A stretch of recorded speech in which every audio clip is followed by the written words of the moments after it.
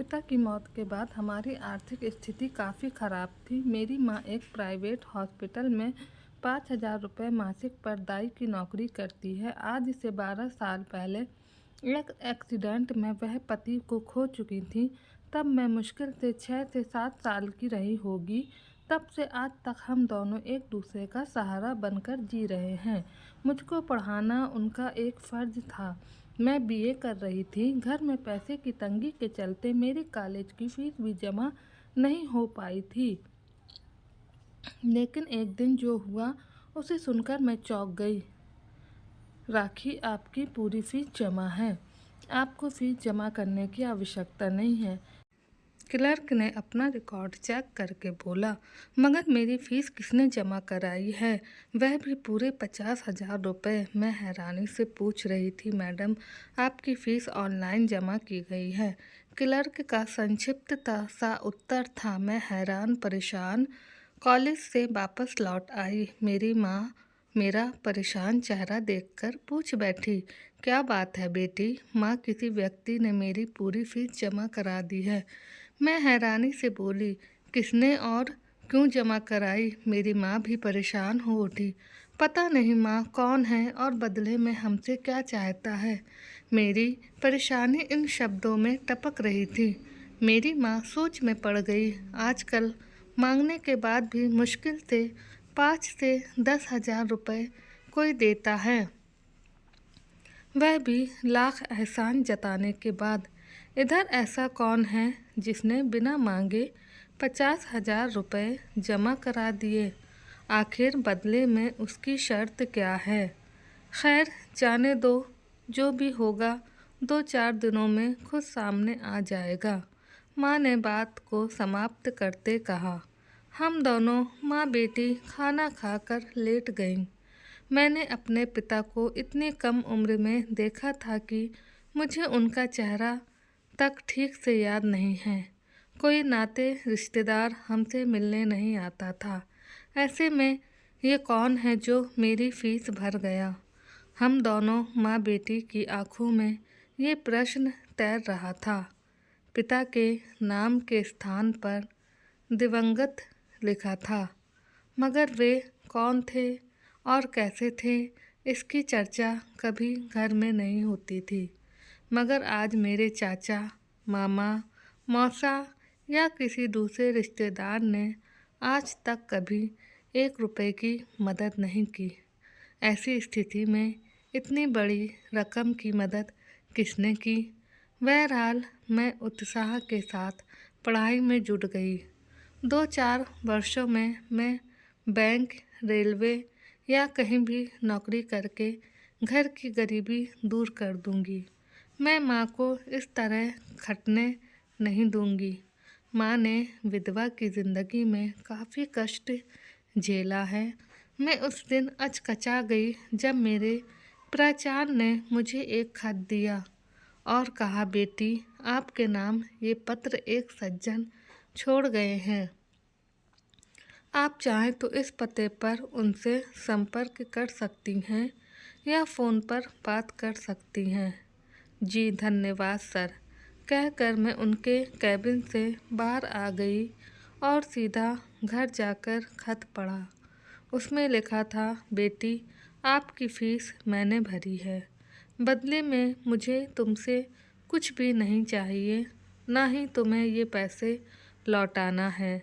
नीचे उनके हस्ताक्षर और मोबाइल नंबर था। मेरी माँ ने जब ये नंबर डायल किया तो तुरंत जवाब मिला, जी आप राखी या उसकी माँ? मैं उसकी माँ बोल रही हूँ। आपने मेरी बेटी की फ़ीस क्यों भरी? जी इसलिए कि मुझे इनके पिता का कर्ज चुकाना था। वह संक्षिप्त उत्तर देकर चुप हो गया। ऐसा कीजिए, आप मेरे घर आ जाइए। ठीक है, रविवार को दोपहर 1 बजे मैं आपके घर आऊँगा, कहकर उस व्यक्ति ने फ़ोन काट दिया। रविवार को वह समय पर हाजिर हो गया। करीब 30 वर्ष का वह नौजवान आकर्षक व्यक्तित्व का स्वामी था। वह बाइक से आया और मेरी माँ को मिठाई का डब्बा देकर नमस्कार किया। मैंने भी उसे नमस्कार किया और पास में बैठते हुए अपना प्रश्न दोहराया। मैंने फ़ोन पर बताया तो था कि आपका ऋण चुकता किया है। वह सरल स्वर में बोला था। कैसा ऋण? हम दोनों माँ बेटी चौंकी थी। ऐसा है कि नारायण जी ने मेरे पिताजी की 5,000 रुपये की मदद की थी। उसके बाद मेरे पिताजी जब तक वह पैसा लौटाते तब तक नारायण जी गुजर चुके थे। परिवार का कोई ठिकाना नहीं था। मेरे पिताजी ने आप लोगों को बहुत ढूंढा पर खोज नहीं पाए। वह स्पष्ट स्वर में जवाब दे रहा था।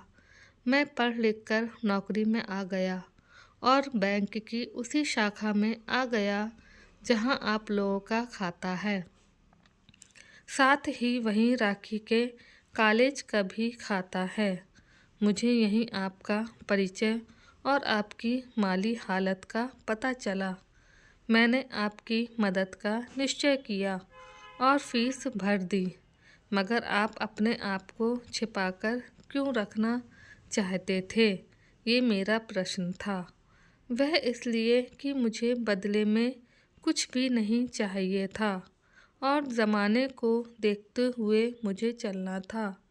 फिर सामने क्यों आए, ये मेरी माँ का प्रश्न था। जब आप लोगों को परेशान देखा, खासकर आपका ये डर कि पता नहीं इस आदमी की छिपी शर्त क्या है। मैंने आपका ऋण चुकाया था। डराना मेरा पेशा नहीं है। सो सामने आ गया। अब उसके इस जवाब से हम दोनों माँ बेटी आश्चर्य से भर उठे। मैं अब निकलना चाहूँगा। आप लोग चिंता ना करें, मैंने अपने पिताजी का ऋण चुकाया है।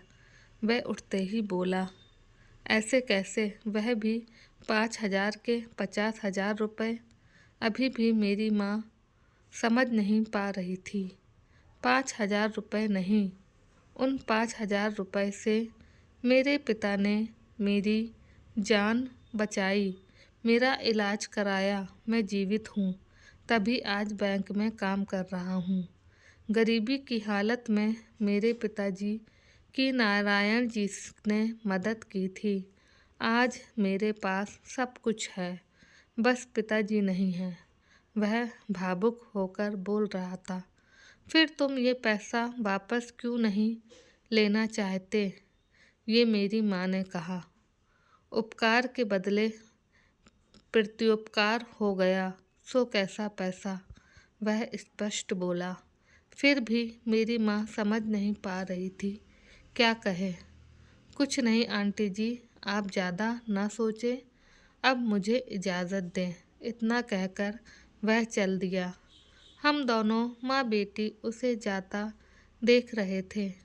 हमारी आंखों से खुशी के आंसू झर रहे थे। माँ, आज भी ऐसे लोग हैं। मैं बोली। हाँ, तभी तो वह हमारी मदद कर गया। मैं नौकरी करके उनका पैसा वापस कर दूंगी। मैं भावुक होकर बोली। बेटी, ऐसे लोग बस देना जानते हैं, लेना नहीं। सो फीस की बात भूल जाओ।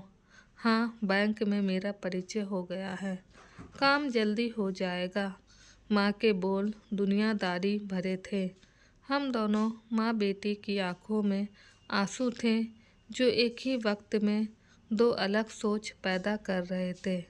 माँ जहाँ पति को याद कर रो रही थी, जिनके दम पर आज 50,000 रुपये की मदद मिली, वही मुझको ये व्यक्ति फरिश्ता नज़र आ रहा था। काश मैं भी किसी की मदद कर पाती। 50,000 रुपये कम नहीं होते। अब बस हम दोनों की आंखों में आंसू बह रहे थे और हम लोग खुश थे।